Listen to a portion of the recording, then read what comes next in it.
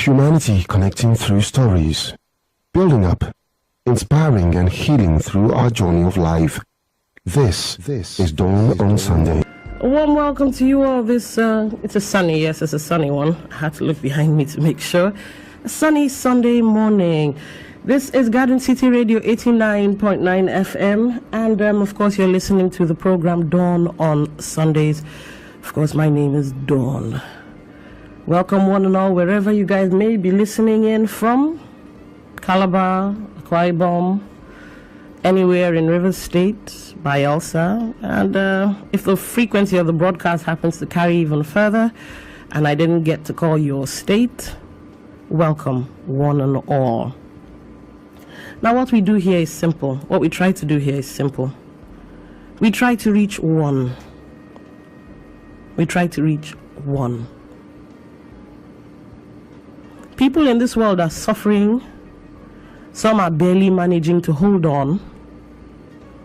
Some don't even know if they're coming or they're going. I mean, there's so much going on in humanity. And so, this program was created to try to reach that one person that might be in need of a shoulder, an ear, or maybe just strength. That's why I came up with it.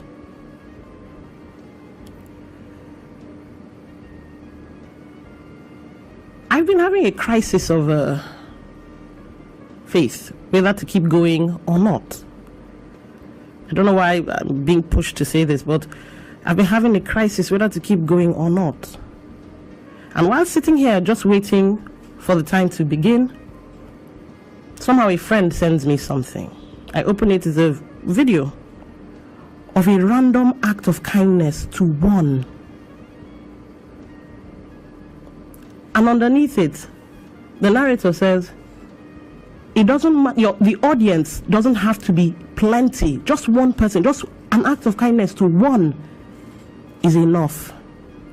And then I knew, okay, we'll keep it going then. No matter what, we'll keep it going. Because right now I'm so tired in my soul. I'm tired in my spirit. So tired. But we'll keep it going because of one. I think I'm saying it this way because someone out there is equally tired. You are on the verge of giving up if you haven't already given up. But you know what? Give it one more go. Give it one more go. You never can tell, just might turn around. Just one more go. So yes, ladies and gentlemen, that is what we do here. We keep each other going one more time through stories of the human walk, human experience, and human journey. The program is about all of us. Whatever you and I might be going through, we try to be as real, as vulnerable, and as raw as possible here. Nothing is hidden. So if you're ready for this journey, then let's go. I'm going to read you a story I wrote a while back. I think I've read it out to you guys before. But something happened over the week that makes this story important. And if you stick with me, I think you might see where I'm going with this. I titled the story Fear. But in this case, we might tweak it a bit, but it was titled Fear when I initially used it. And it goes something like this. The labor pangs were horrifyingly excruciating. She felt as if her entire lower abdomen was being ripped apart. In fact, at that very moment, she would have preferred being anyone else than a woman in the grips of labor. "Where is your husband?" the doctor had queried. "We need someone to sign the C-section forms. We cannot operate without consent." My my husband went to call his mother to come and help us. So she had been in labor for 3 days. The baby was all set to come out, but something just wasn't gelling. Madame, continued the visibly worried doctor, we need someone to sign this form or our hands are tied. My uncle, gasped the already worn out woman. My uncle was the one who brought me in. He's still around. Oh, Chineke. The nurses were sent scrambling to locate her uncle, who, when told the situation of things, agreed to sign, but was nowhere to be found when the papers were eventually brought for his signature. You see, fearing that his niece wouldn't make it, he had opted for the cowardly route to avoid being implicated in her death if she eventually died. Madam, your uncle has run away. There is nothing else we can do, said the now frantic doctor. I will sign it, wailed the distraught woman. I will sign it, Chineke mere me bere biko. Of course, it simply means, God have mercy on me, please. Till this day, she cannot tell what exactly she penned down as his signature. But praise goodness, it was good enough for the doctors who swung into action. Meanwhile, in a place unknown and far, far away, a young man with flowing hair, dressed in dazzling brilliance, looked down, watching the proceedings of birth. A winged creature, also dressed in dazzling brilliance, with a sword at his side, stood by the man dressed in brilliance, equally engrossed in the proceedings below. They watched as the woman was cut open and a baby boy was pulled from her womb. The woman had fallen unconscious and so was unaware that she had birthed another living being. Master, said the winged creature, what will he become? He is going to be a leader among men. Many will follow his voice. He will inspire many and motivate a lot of people to be better than they are. He is one of my favorite sons. There will be big things in his future. The winged one smiled and said, whom shall we send to watch over him? Send Esther, said the master. She is filled with wisdom and will guide him well. And that was that. The boy would grow up to be a fine young fellow. Nothing ever got past him, and he excelled. In school, subjects came easily to him. He seemed to be good at everything he did. His parents were proud of him, often marveling how they had been blessed with such a son. Then he got into secondary school, and everything changed. He fell in with a rather bad crowd. Funny thing was, he hadn't sought them out. They found him. You see, even in secondary school, his educational prowess followed him. He was simply good at everything. And as is often said, success has many fathers. And like a moth to a flame, both the good, the bad, and the ugly were drawn to him. And gradually, he began to change. It wasn't an overnight change at all. As with all things bad, it began gradually. From being taught how to smoke, then drink, to being introduced to trendy youth drugs of choice like tramadol, codeine, Indian hemp, and all the others.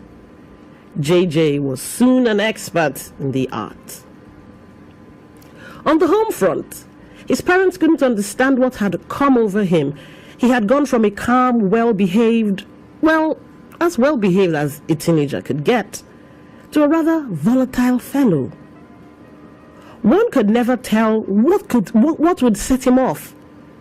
His siblings had grown to fear him, and his parents began to stay out of his way ever since the day he had gone into quite a rage because his mother had dared talk to him about his new behavior. He had smashed up the house in a fit of rage one day that his father had been forced to call in the police. It wasn't as if they were rich or anything, but they managed. The father was a civil servant, and the mother owned a supermarket. They may not have been able to provide everything, but at least they could afford some things. So to have their son destroy what little they had was a bit too much for the father to bear. And when the police made to arrest JJ, no one lifted a finger to stop them. It was like a script to a really bad movie. JJ would meet one of his former classmates who had dropped out of school in the holding cell, and a bond thicker than glue was formed. And just before his bail, facilitated of course by his father, JJ had found a new place to live, courtesy his jailhouse friend Bamiyo. That same night, back at home, this little misguided fellow packed the little he owned and left the house for good. No one understood him, he thought. They didn't want him to live his life as he saw fit, always monitoring his movements. Who could live like that, he angrily thought, as the motorcycle he was on sped away to his intended destination. They love you, JJ. They are concerned about your well-being. Running away is not the answer. How will you feed? And what about school? Where are you going to? But JJ brushed the thoughts aside, and Esther, his guardian angel, wept as she flew by his side.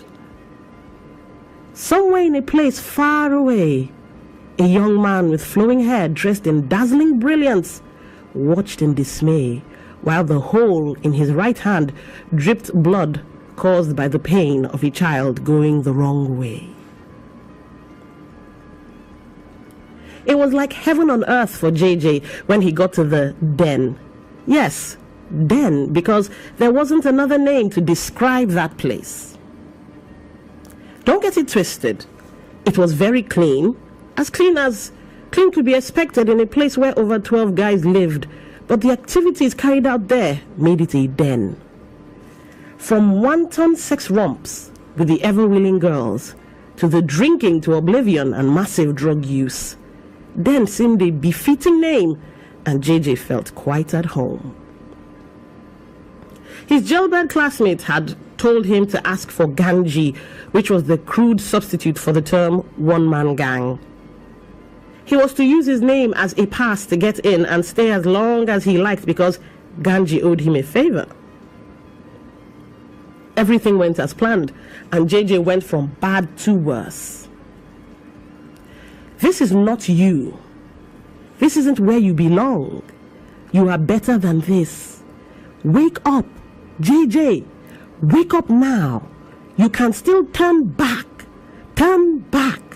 Turn! The screaming jolted him from sleep as he peered around the semi-lit room looking for who had been screaming in his ear, but he saw no one. He got up to get a drink when he heard noises coming from what one could term the living room, as that was where the television was.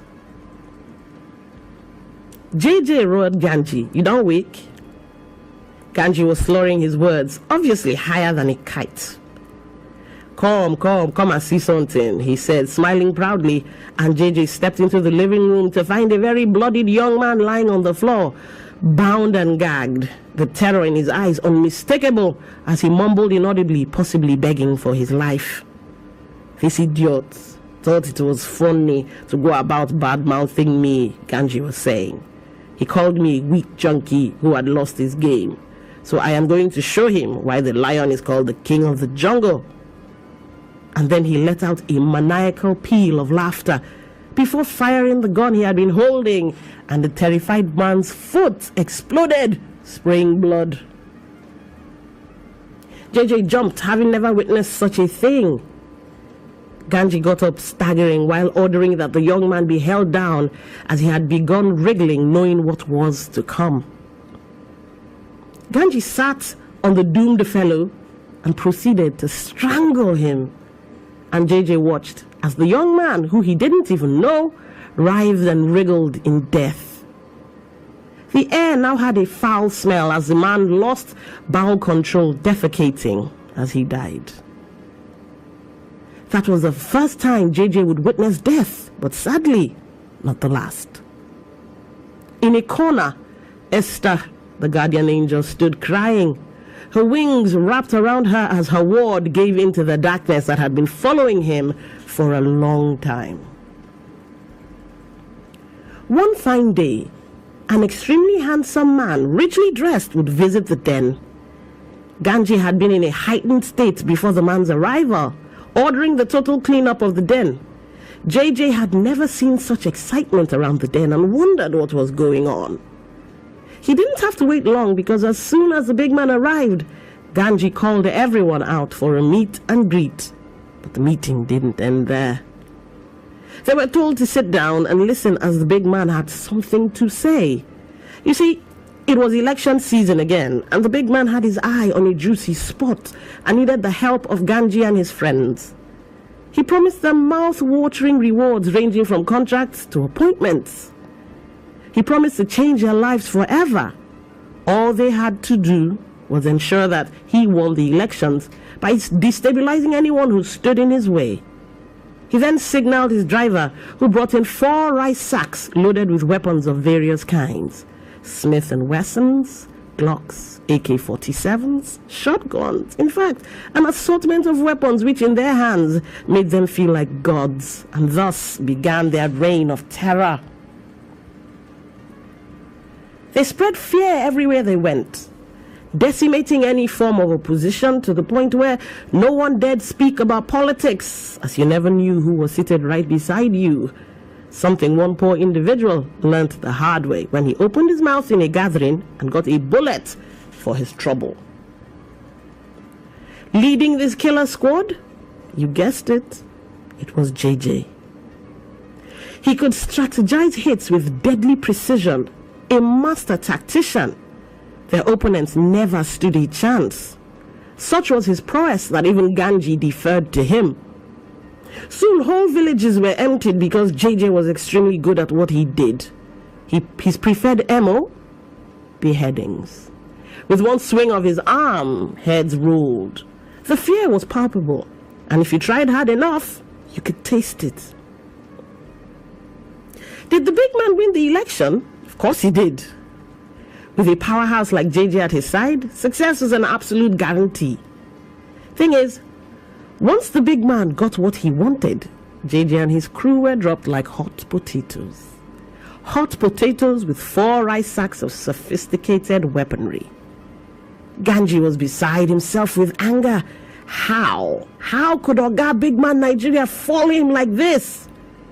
How could he look them in the eye and lie to them? He wasn't going to take this lying down, but he hadn't a clue what he was going to do.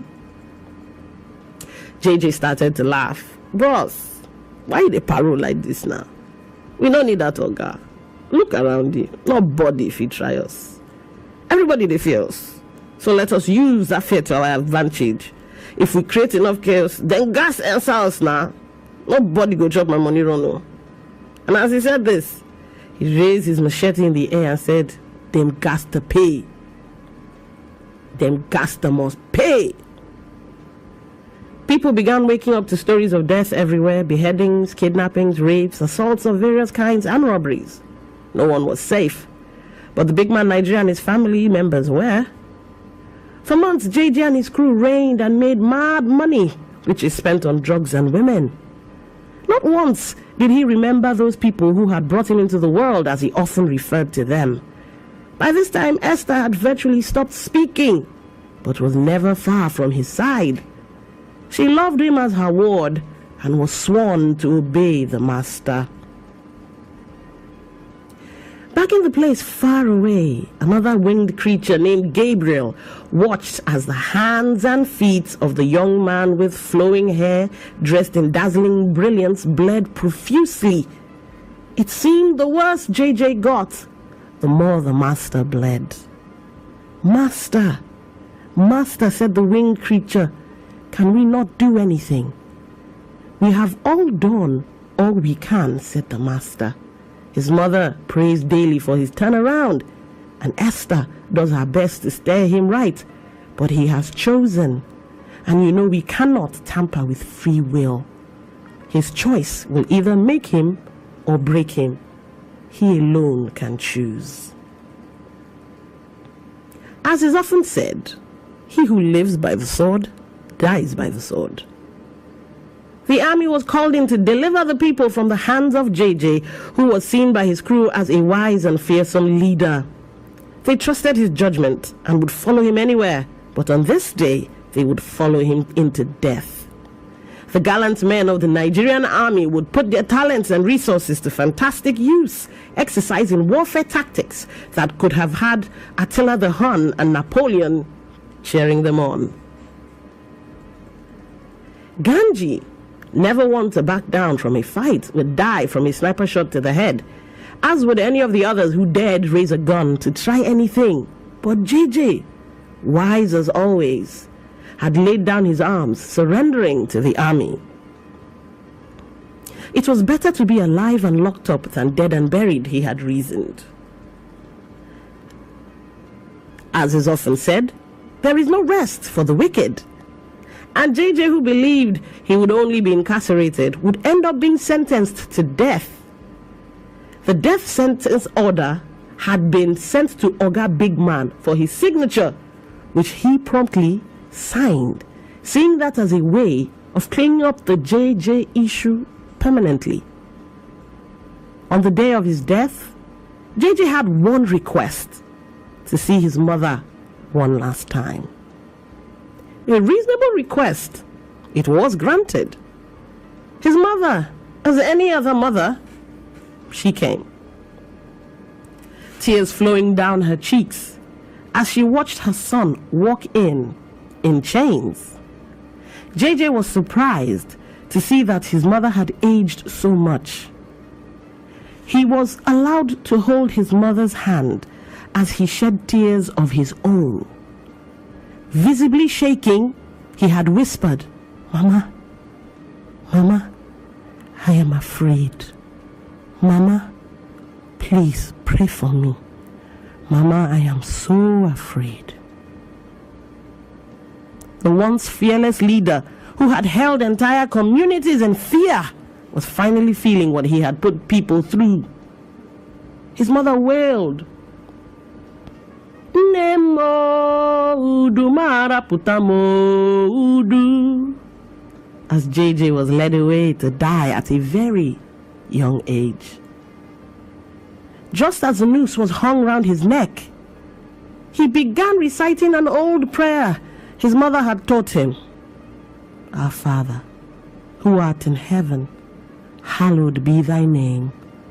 And in that same moment, Esther, his guardian angel, would kneel beside him, wings spread out in glory at the recitation of the Lord's Prayer, while tears fell down her face.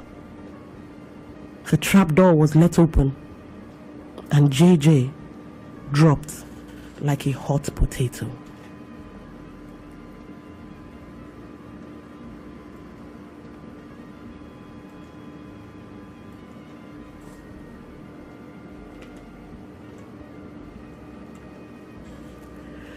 Ladies and gentlemen, that's the story of JJ. Like I said, it was a story I wrote a long time ago. Now, the beginning part, the birth of JJ, it's actually a true story. It did happen. It happened to somebody real. The rest, a figment of my imagination. But I'm hoping you notice one thing. Everybody in the story had a choice, made a choice. From the young woman who was barely early 20s, I believe this happened, early 20s, had to sign. She made the choice to sign for herself. If she dies, she dies. To JJ, who made his own choice. And you see, God can never tamper with free will. Now, I'll tell you why I brought up this story, or why I remembered this story. I was somewhere, and I was listening to some people talking. They weren't particularly talking to me, but I was in their midst, and they were gisting. They were sharing stories. Two stories, in fact, caught my attention. I knew of the persons they were talking about, two young men, but I wasn't particularly interested in giving my own 2 cents. Now, this young lady goes, she was at her mother's shop, and then she saw Benjamin passing. And for some reason, Benjamin seemed to recognize her, even though she was trying hard for Benjamin not to see her. And was like, hey, oh boy, ha, Cassie, now you be this. Of course, names are fake, hiding identities and all. She just said, yes, so now me be this. And he made to shake her, and she somehow stylishly dodged shaking him, because you see, Benjamin was If Benjamin had been standing still, people would have thought him a madman. That was how he looked. Teeth all browned and all that. And she was saying, man, if you see the way Benjamin looked, it was clear that he was into drugs. His teeth had rotted from Lord knows what. Maybe he's now into crystal meth or something. He just looked so horrible. Ladies and gentlemen, Benjamin and Cassie are the same age. They're both in their mid-30s, young people. They grew up in the same area. Benjamin was one of those hot boys that all the girls kind of liked. Everybody had a crush on him. He seemed to be going places. He seemed to have prospects. He was a young man that anyone would like to be seen in the company of,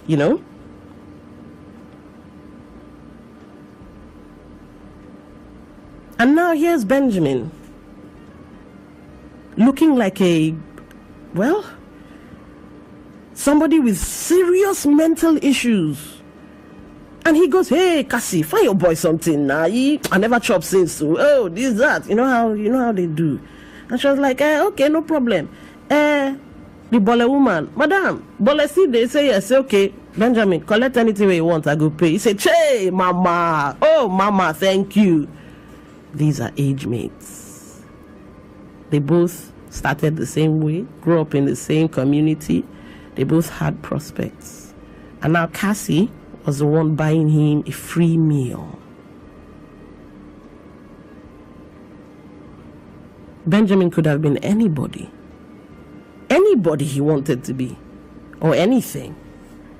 Doctor, he was that eloquent. Well, he was intelligent. He could have been a doctor. Could have been a lawyer. Or maybe an engineer. Anything. Now, Cassie doesn't know the full story of how Benjamin derailed. But you see, in talking about Benjamin's life, the one thing I saw there was choice. It was a choice to do drugs. Maybe he fell in with a bad crowd as well. I don't know, because sometimes some people are derailed by their own friends.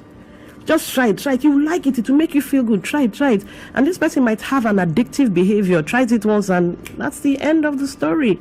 In fact, one time my dad was talking to us about, I think, heroin, the potency of heroin. He warned us. He said, do not ever find yourself in a place where they are, taking heroin and you decide to experiment. You see, young people, we usually experiment. Some people are born blessed or lucky, I don't know which. They just have a natural aversion to things like this. Like for me, right from birth, I have never liked the smell of cigarettes. So I avoid cigarettes. I avoid people that smoke it. And if you have to smoke it, please do it when I've gone. So I just have that natural aversion, and I'm thinking I'm not the only one. There will be people who just naturally don't like a thing. But yes, my dad had to warn us about heroin, because heroin is addictive. You try it once, you are a goner. And so that has always carried me through life. I've had friends who, experimented different types of drugs. I just look at them and say, to each his own. Some were able to get themselves cleaned. I had a friend who took a little bit of, what's this thing called now? Marijuana. And she was sitting at, there's this balcony. And just below the balcony, we have spikes. Protective spikes, so that petty thieves don't gain access into the building. And she says her mind told her, you can fly. And just as she got up to take a flying leap, I don't know, maybe her guardian angel, her own Esther, she stopped.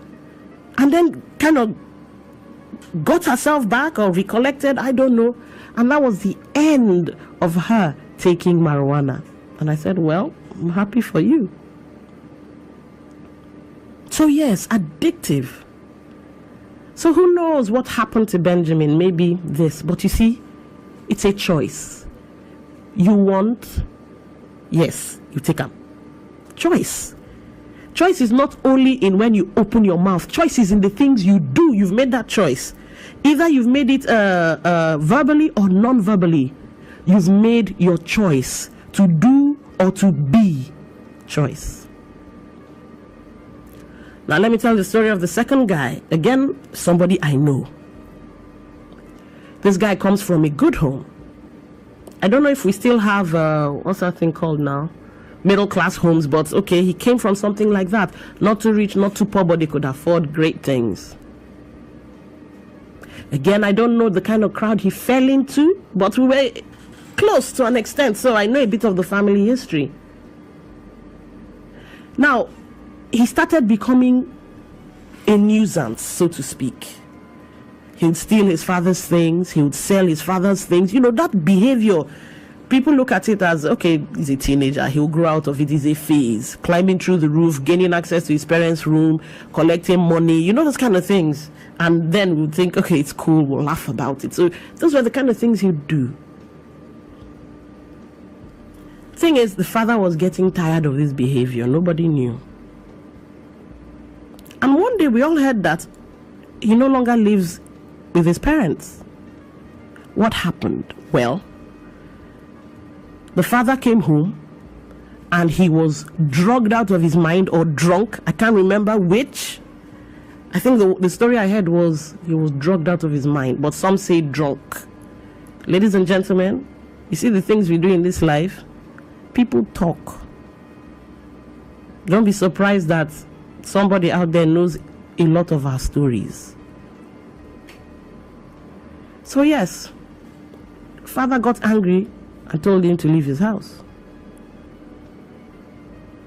And we never really saw him after that day. Now fast forward a couple of months later, after he had been kicked out, I was somewhere. I was at Ogunabali. Yes, I was at Ogunabali, and I saw him. Well, at least he looked approachable. I'm not like Cassie, who Benjamin was. He looked approachable. I was like, what are you doing around here? I said, he lives around here now, this one, that one. I said, okay, no problem.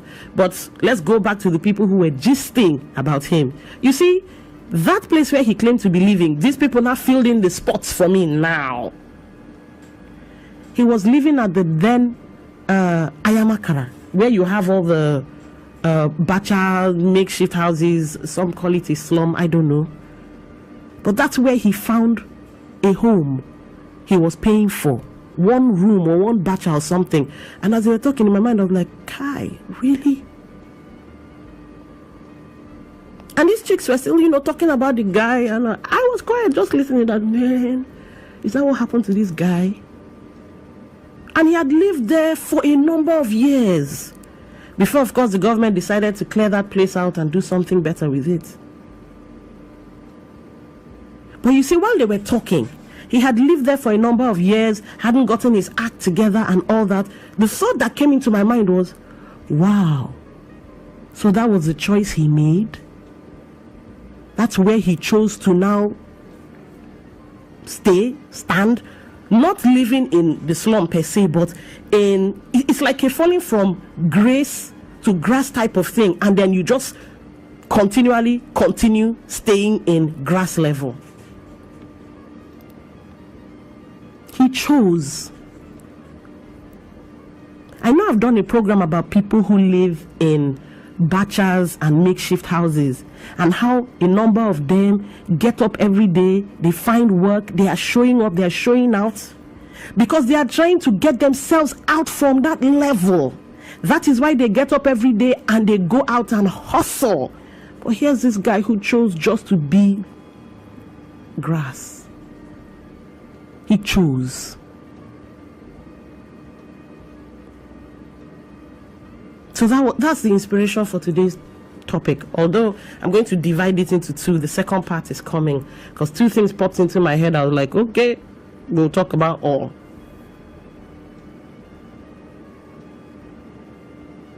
choice.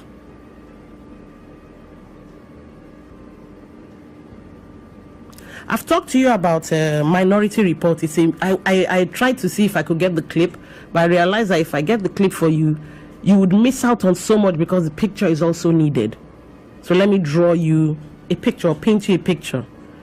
The Minority Report has, what's his name now? Tom Cruise in it. He's searching for his son.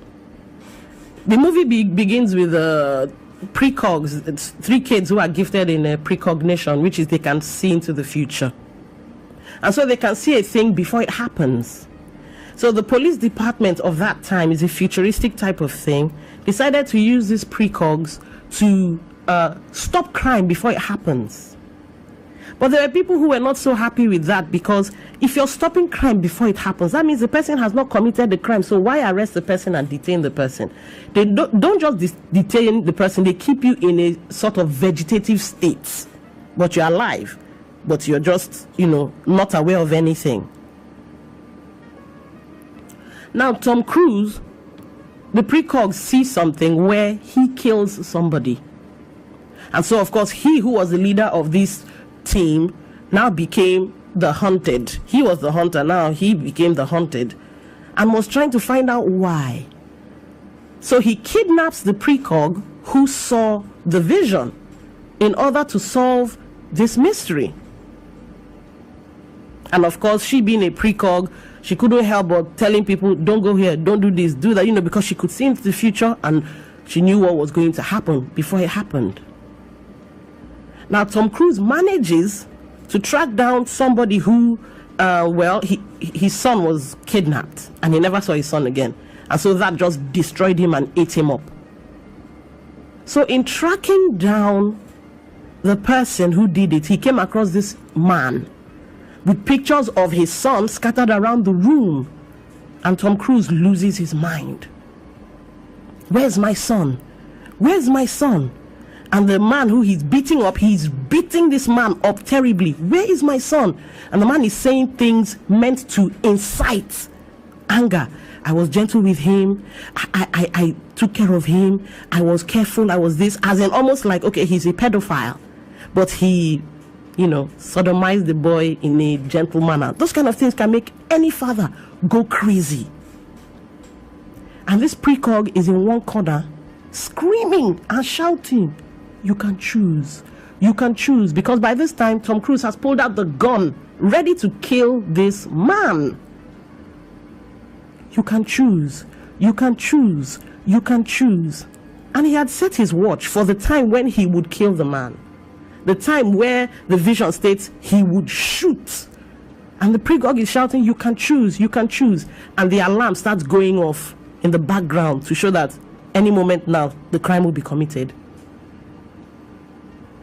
Till it sounds. And he didn't shoot the man. Turns out the man was a plant. Somebody wanted Tom Cruise to kill that man because they were trying to hide something else. The film is full of twists and turns. But here's the thing. It was after he chose not to kill the man, he found out in that same moment that the guy wasn't even a pedophile. They just told him, if he kills you, we will take care of your family. Imagine if he had fired, only to find out that you can choose. You can choose to be a better person. You can choose to be, a bad person. You can choose to use words of kindness. You can choose to be understanding. You can choose to be a violent human being. You can choose to be a good example. You can choose to be a poor one. In your marriage, friendships, as a human being, wherever you find yourself, it is a daily thing to choose to be good or bad. It's a daily thing. You go into the bank, there's a line. You decide you will not be polite or take permission from anybody. You just cut in front of people. You've made a choice to be impolite. You've made a choice to be nasty. Someone is at an ATM trying to get out their last 1,000 naira. You stand behind the person and place a knife or a gun behind that person. You've chosen. You can choose to be an enemy to somebody that is not your enemy. You can choose to bring that person down. You can choose to malign that person. Everything we do is a choice that we make.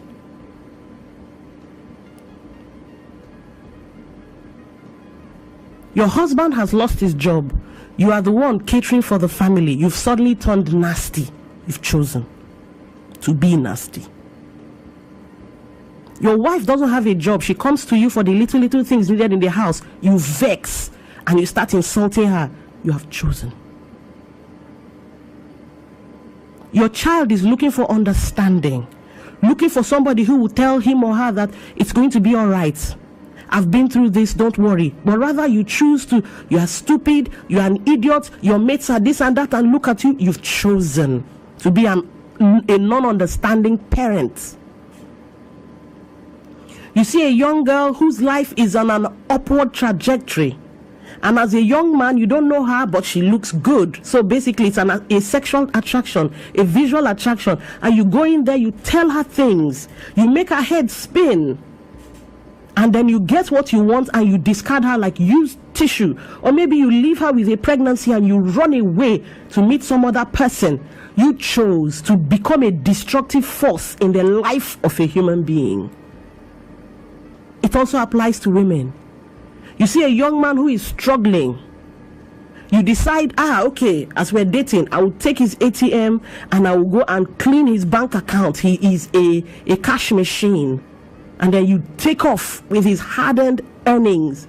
You choose to be a thief. You're not a sharp guy, you're not a sharp girl, you're a thief. You chose to be one.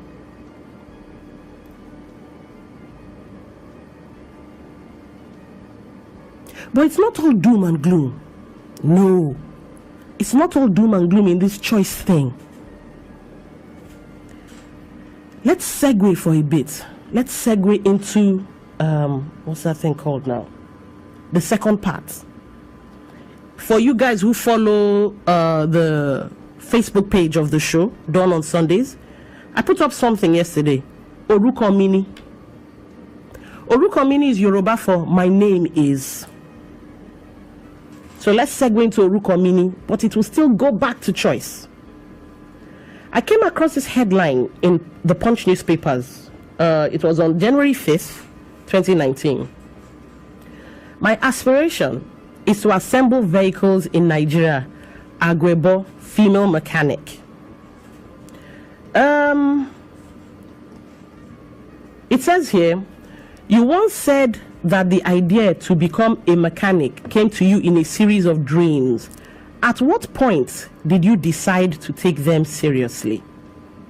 She answers, it didn't take long before I started to take those dreams seriously.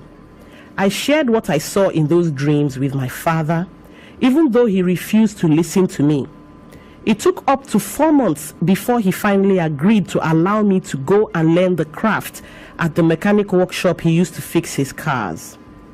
He accepted because he saw women doing aeronautic engineering when he traveled overseas at a point. He was fascinated by this and was encouraged to allow me to pursue my dream of wanting to become a mechanic. I was in secondary school at the time and would resume at the workshop after school hours.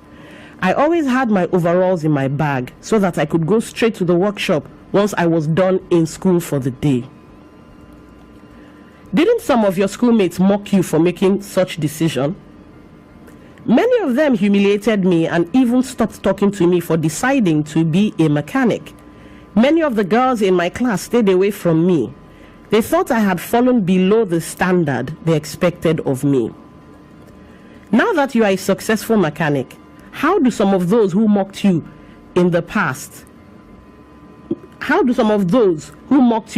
feel? A lot of them are full of regret today. Some of them who went to Italy are back in Nigeria, disappointed. They tell me how they wished they had joined me in learning how to be a mechanic while we were young. I do my best to encourage such persons by letting them know that it is not too late to become whatever they want to be in life. Your mother opposed the idea of you becoming a mechanic in those early days. How were you able to win her over? I was persistent. I refused to give up. She would deliberately pile household chores on me just to discourage me from going to the workshop. But I would do those duties and find my way to the mechanic's place to learn the craft. Sometimes she would beat me and deliberately starve me of food just to force me to stop. But I refused to do that. Those things, in fact, encouraged me more to be a mechanic. One thing I am grateful for is that I found a way to balance my duties at home, academic work, and learning to become a mechanic. I never allowed all the challenges I was facing at the time to discourage me. After some time, my mother had no choice but to support me too. How easy or difficult was it for you to convince people to trust you with their cars when you started? I got most of my jobs through referrals. Those whose cars I had fixed in the past would tell their friends and relations about me, and they would bring their vehicles to me as well.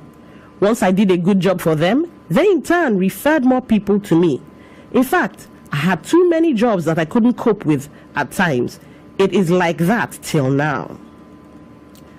Were some people patronizing you then because you're a woman? It wasn't about being a woman. Many of my customers realized that I paid more attention to detail while fixing their vehicles. So they also brought others to me. I learned from the best teachers for 6 years, and I know my job very well. This is the reason why I still get a lot of patronage till today. The fact that I am a woman helps in the sense that people sometimes want to try you out to see what you can do. Once you are able to impress them with your work, they keep coming back. And her name is Agwebo. I think it's an Edo Delta name, I believe. Agwebo. Sandra Agwebo. Again, you see elements of choice here. She chose to tough it out. 6 years ain't beans. She chose to tough it out. And even in the midst of challenges and losing friends, and sometimes it will happen like that, you would make a choice for the betterment of your life, and sometimes your friends who may not understand or like the choice would decide they no longer want to be around you. That's their choice. You have a choice to make for your own life, for your growth, for your development, for your happiness. Life is about choices, always. But here's the thing about Oruko Me Ni, which is Yoruba for my name is. If you go to wherever she is now, I think maybe she's in Lagos or something, I'm not sure, and you say, I am looking for Sandra Agwebo, they will say, oh, okay, that woman where they do mechanic, Oruko Me Ni.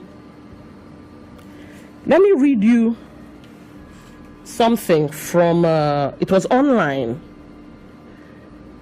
It says here, I'm here and I'm beating, well, there's a bad word there, but I'm beating on their body. I'm here causing trouble, but not trouble, you know. I am beating people finish. It's okay, but I'm not angry. I'm not angry at all. I am here representing. Do you know my age? Do you know my name? My name is Israel Mobolaji Temitayo Odunayo Oluwafemi Owolabi Adesonya. This guy is a UFC fighter. I think it's a mixed martial arts type thing. They go in there, they fight with their hands and their feet and all that, you know. That's what they do there. And after he had won a bout, he's a Nigerian in America. It's not here, in America. After he had won the bout, I don't know what they call them now, one of the commentators gets into the cage with him and says, so you're a legend, what do you think, what's going to happen from here? And that's why where he says this, and he says, permit me, I want to say something. This is from an American accent. Permit me, I want to say something. And he switches to full-on Yoruba and says all those things he's saying. He said, to my Nigerian people, to my Niger people, and he starts, speaking in his parapo. And then as I'm listening to this, in awe of this young man who has won a great fight. I mean, it's not easy taking all those punches and kicks and all that. And he has won, repping Nigeria. He now says, Oruko Me Ni, Israel, Mobolaji, this, that. And that is what struck me. Tomorrow when they say, do you guys know Israel wanting one? They'll say, oh yes, the UFC fighter from Nigeria. Oruko Me Ni. But he made his choice to be great at whatever he's doing so that he will leave his own legacy, his own mark. Now let me read another one for you. Height is not a challenge, dwarf model Fatima Timbo says. Popular dwarf model Fatima Timbo, who is just 4 feet tall, has said dwarfism poses no challenge to her and she would not allow negativity to define her. The 21-year-old British model spoke to BBC News recently about building her confidence as well as her work in inspiring others to feel comfortable in their own skin. Timbo said she would not allow negative comments get to her or stop her from promoting body positivity for people with dwarfism. I wouldn't be defined by my height, she says. Timbo says she can't change the way she looks or what people say about her, but she has changed the way she looks at herself. She said modeling boosted her confidence, and now she wants to inspire others to feel comfortable in their own skin. Timbo admitted that she felt that her height had no limit, and as such, the sky was her limit. Has already built lots of fan base for herself as a budding Instagram model. Timbo happens to be the only one suffering from the condition in her family. Tomorrow when they say Fatima Timbo, say, oh, okay, the lady that models, the smallish lady that models, Oruko Me Ni, what is your name? Yes, I'm asking you, what is your name? What are you doing with your life? Imagine this, if it's still too complex for you to understand. Bill Gates. What do you instantly think of when you hear Bill Gates? You think Microsoft, you think rich man. When you hear Aliko Dangote, you think cement, you think rich man as well. Folorunsho Alakija, money. Mo Abudu, Ebony Life, money. Mike Tyson, money, boxing.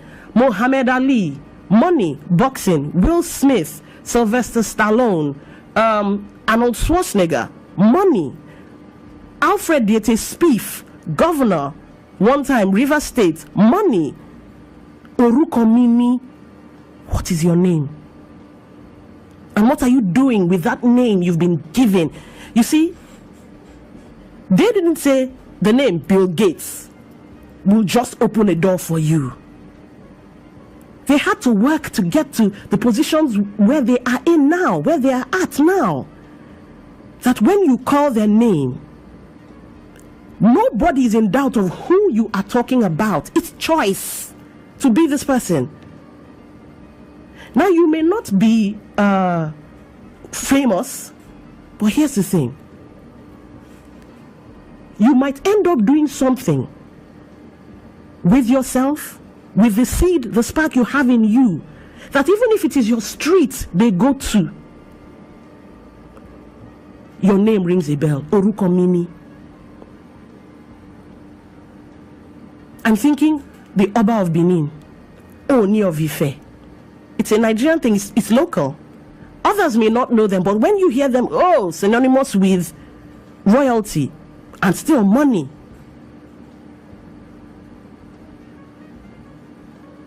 Andela, that has some partnership with Facebook. When you hear Andela, you think of the 24 million that Mark Zuckerberg has granted to them. Oruko Me Ni is a choice. If the Andela fellow had not started something, would we even know of the name Andela, of the person behind Andela?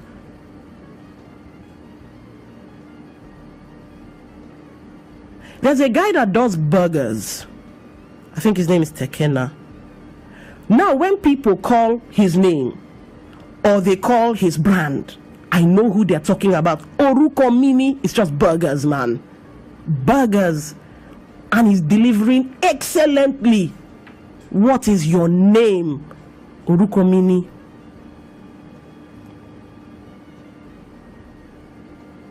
but you have a choice to make.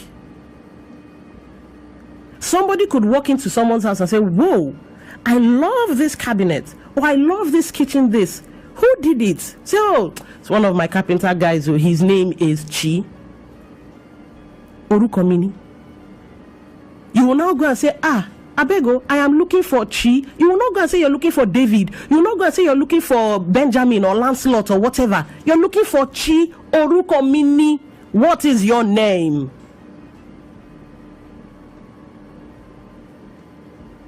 The choices you make will define the power behind your name.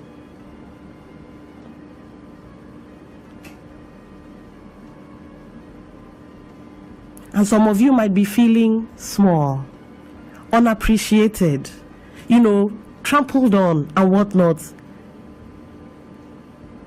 Your name one day will open doors if you continue standing, doing what you have been called to do. One day is all it takes. It will turn around, and then you will stand up in spite of all that has been heaped on you and done to you, and you say, my name is. And people will look at you. You will command respect. But you have a choice to make. And that choice is to get up. You keep surviving. You keep growing yourself, developing, finding new ways. Don't stop for anything. Keep growing. You have a dream. Immerse yourself in the area where that dream can be birthed. Keep teaching, keep learning about the thing that concerns that dream. Keep learning. Go to people that know it. Learn from them. Drink from the fountain of their knowledge. And then practice every day till you get good at it. And then when you launch, Oruko Me Ni. If I say Linda Ikeji, you already know. Oruko Me Ni. Genevieve Naji. Oruko Me Ni. Radio, City Radio. Actualizing your imagination of top classic radio entertainment. Humanity connecting through stories, building up, inspiring and healing through our journey of life. This is Dawn on Sundays. Hello, my name is Simon and I listen to Dawn on Sundays, where humanity connects. Okay, welcome back. Time check is 9 minutes gone past 11 o'clock. It's a beautiful, still sunny. I had to look back again. Still a sunny Sunday morning, and you are listening to Dawn on Sundays right here on your Groove and Style station. Nobody does it better. Garden City Radio 89.9 FM.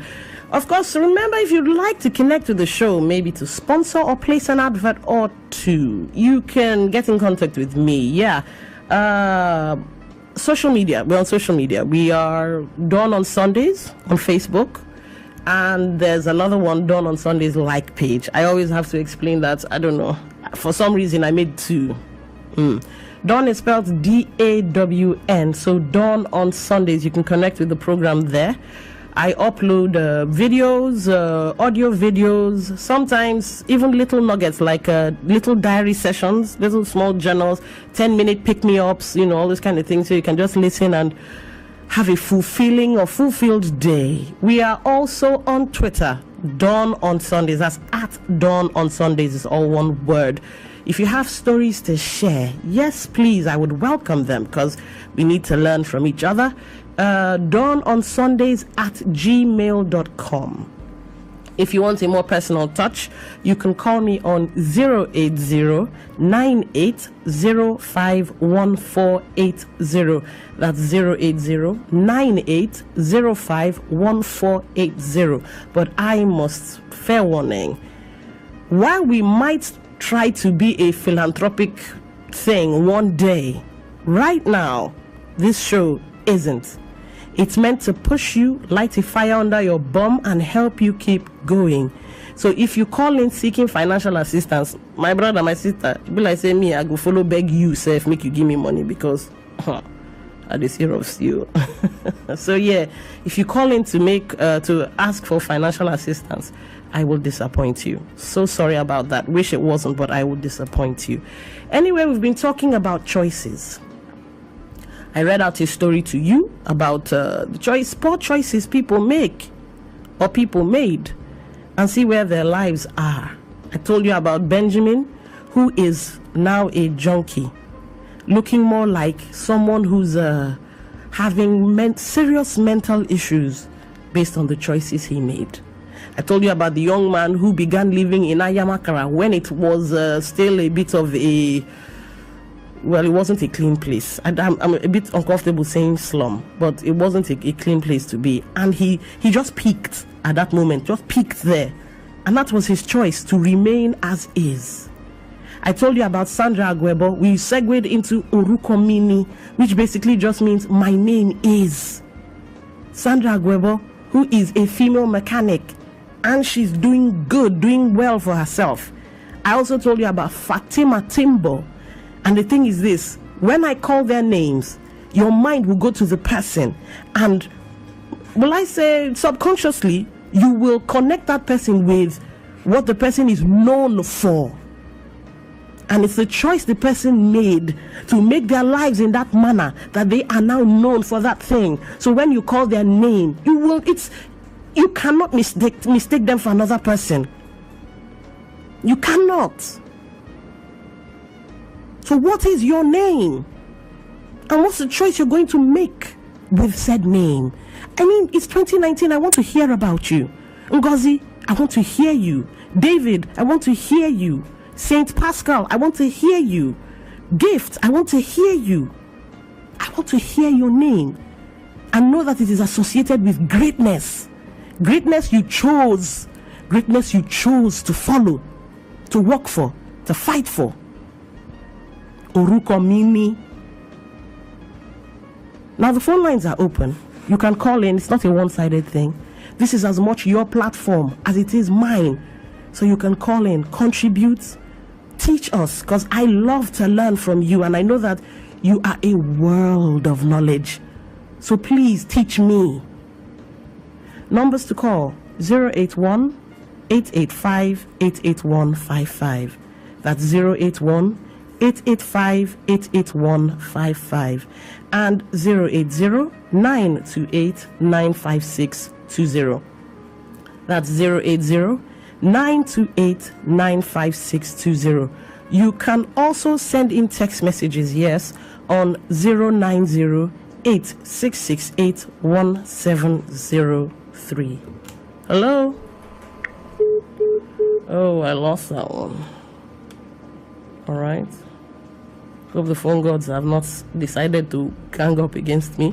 But numbers one more time: 081 885 88155. That's 081 885 88155 and 080 928 95620. That's 080 928 95620. And of course, for text messages, 090 8668 1703. That's for text messages only. 090 8668 1703. Hello. Hello. Good morning. Good morning. What's your name? Where are you calling from? Hello. Hello. What is your name? Where are you calling from? Calling from Port Harcourt. Port Harcourt.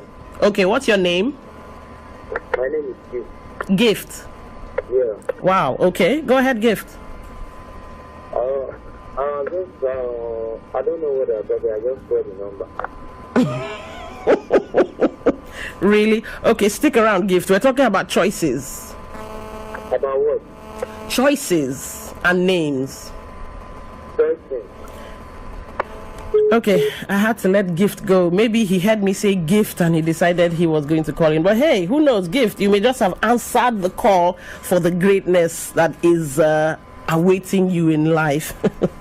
Anyway, don't forget, you can do like Gift and call in. Well, not to say hey or find out what we're talking about, but to contribute. We're talking about choices. Our choices determine who we eventually become. Good choices might end up leading us down a bad road. But the funny thing is this, even when you've made a bad choice, all right, I have a call. Hello. Hello. Okay, I understand now. Thank you. My choice. All right. Okay. Thank you for calling. So even when we've made bad choices or poor choices, you see, there will always be choice in our lives. Always. Now, you might have been on a bad path and you find somebody handing you an opportunity that could transform your life for the better. You can still choose to take that opportunity and become somebody better. And not only that, you can even use your story to tell those behind you, say, see, road no dey here.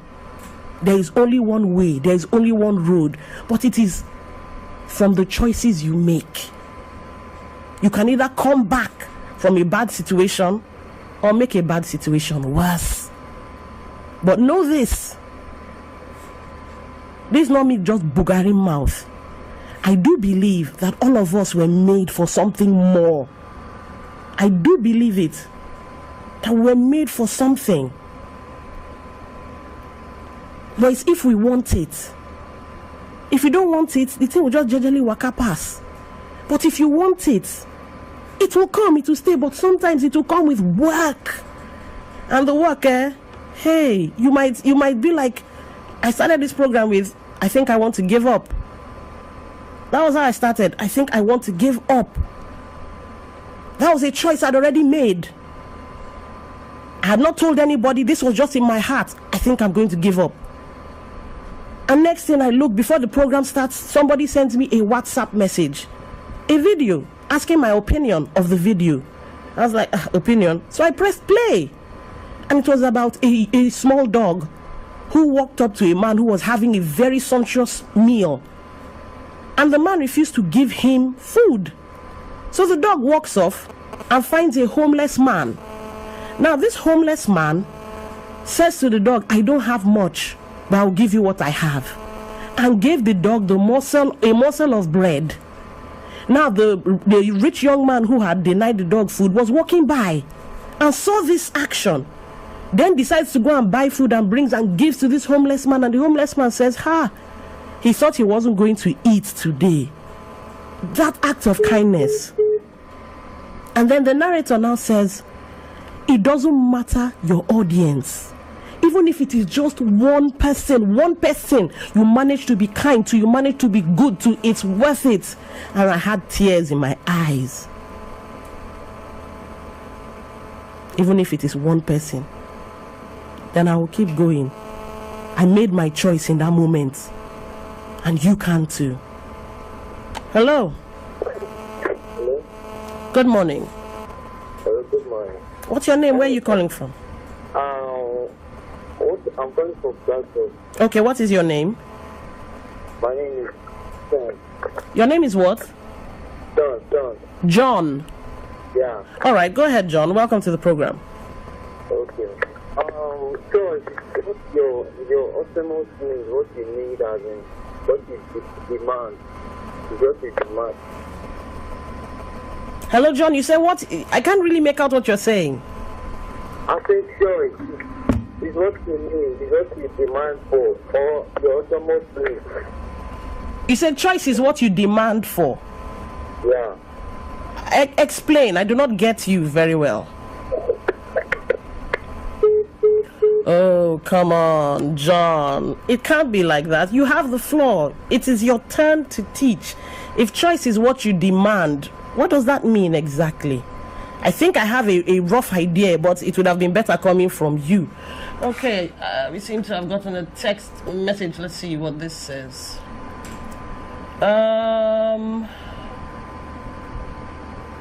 Okay, good morning, Ma. Okay.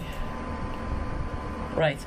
Good morning, Ma. I really love the teaching you passed today, especially that one about Fatima being comfortable in her body. Have always had big dreams, but then limited by my size. But I do hold on to how God used David, the smallest in the family, have learned that size doesn't determine our... that's where the message ends. You know the funny thing, I don't know your name, but as you were talking, I am reminded of, I think her name is Tess something. You can Google it, just Google Tess, Tess, and plus size model. I don't know if you're slim or you're big, but go and Google it, Tess plus size model. She's white, she's British, and she is, when they say plus size, she is plus size and then some, and she's a model. She has been through so much. People troll her on her page, they insult her, they say all manner of demeaning things, maybe because they're powerful behind a keyboard, but it hasn't stopped her. Recently, she made it on the cover of, I think, Vogue magazine, and it's a big deal to be on Vogue. It's like one of us appearing in, okay, let's use a Nigerian thing, like a Nigerian Genevieve, that kind of thing, magazine. So she appeared on Vogue, and she is plus size and then some. She has made her choice. She's in love with herself. So I applaud the fact that you are looking to love yourself. I applaud that. Now, not only love yourself, make the choice that will blow you out there, so that when they say, who is this person, or what is this person, what is this person's name, you say, Oruko Me Ni, but you didn't put your name in the text message, so I don't know. You were made for more. We are all made for more. We may not all be Bill Gates, but if we push hard, our names will be remembered in our families. Our names will be remembered wherever we've been able to make a mark, or maybe globally even. Oruko Me Ni, you were made for more.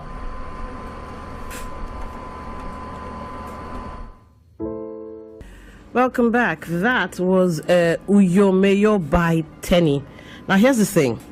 Tenny is a fairly new addition to the Nigerian entertainment world, music-wise anyway.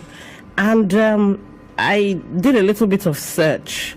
Apparently, she sang this song. She was like, you know that thing Chi Girl does? Yeah, so she did a small freestyle type of thing about the track's chorus in a viral video which she posted on Twitter. Now, after graduating, it was for graduation, she wrote, I did it, I graduated, I had to sing in my Ondo dialect, because when I'm happy for other people, I too shall celebrate, I did it.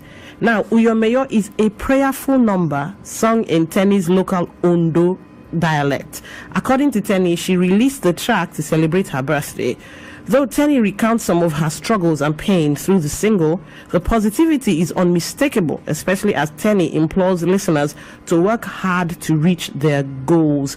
The track's core message is set on the belief that celebration with people who have joy will lead to a celebration of your own. Here's the thing, why I played that. If you say Tenny now, a lot of people will recall the songs she has so far released, her body of work, the choice she made, and she blossomed and bloomed. Everything is a choice in life. Everything. Good or bad, you choose. Consciously or subconsciously, you choose. And your choice will either make people remember you or forget about you. So I ask, Oruko Me Ni, which means my name is in Yoruba. What is your name? Well, time check is 43 minutes gone past 11 o'clock. The phone lines are still open. You can call in on 081-885-88155. That's 081-885-88155. And 080-928-95620. That's 080-928-95620. You can also send a text message, yes, to 090-8668-1703. That's for text messages only. 090-8668-1703. Now remember, if you'd like to connect to the show, maybe sponsor or place an advert or something, you can do so by calling the following number: 080-98 98051480. That's 08098051480. The thing now is this: it's not just to call for advertising or sponsoring. You can also call to talk, because a problem shared is a problem either solved or half solved, depending. Sometimes our solutions are just a simple idea, and the rest, as they say, will be history. You can also connect with us on our social media portals. On Facebook, we are Dawn on Sundays, and of course, Dawn on Sundays like page. That's for Facebook. On Twitter, we are at Dawn on Sundays. Dawn is spelled DAWN on Sundays. We also have a YouTube page where you can go and watch the videos or the audio videos that we post regularly. In fact, this one too, for those of you who may have missed the show, will also be uploaded on our YouTube page, our Facebook page, and links will be posted on Twitter pages as well. Anyway, here's this one by Natasha Bedingfield. It's a song I really love. The title of the song is Unwritten. I'd like you to listen to the lyrics in the song, because even though you've made a mistake, you've made poor choices, wrong choices, bad choices, whatever, you still have a future in front of you. And that future is unwritten. So get to writing, get to choosing. Oruko Me Ni, I want to hear your name. Don't touch that dial. Don't go nowhere. Hello? Hello? Good morning. What's your name? Where are you calling from?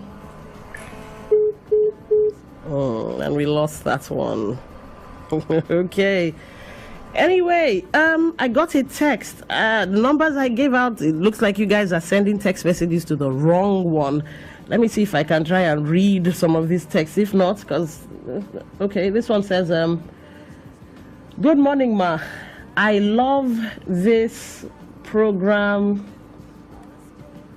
Okay, it's a bit too technical reading on this one. But thank you. Thank you for sending that. It is quite technical trying to read this from here. Anyway, we have 10 minutes more to the end of the program. Yes, 10 minutes.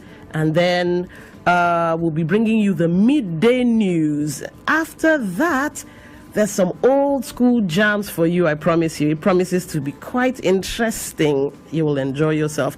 That takes us up to, 3 o'clock, when it will be time for the Sunday trivia. And I do hope you guys have been reading, or at least learning stuff, because the questions. At about 4:30, we'll be bringing you the Sunday Jukebox. I mean, just stick around. We have a bumper package of shows that you will enjoy, I promise you. Anyway, with 9 minutes gone, I think this is a good place to end the program. Hopefully, by the special grace of God, I will be here, same time, same person, same frequency, same every. Take care, everybody. Here's this one by Rachel Platten, and it is titled Stand By You. Enjoy the rest of your Sunday.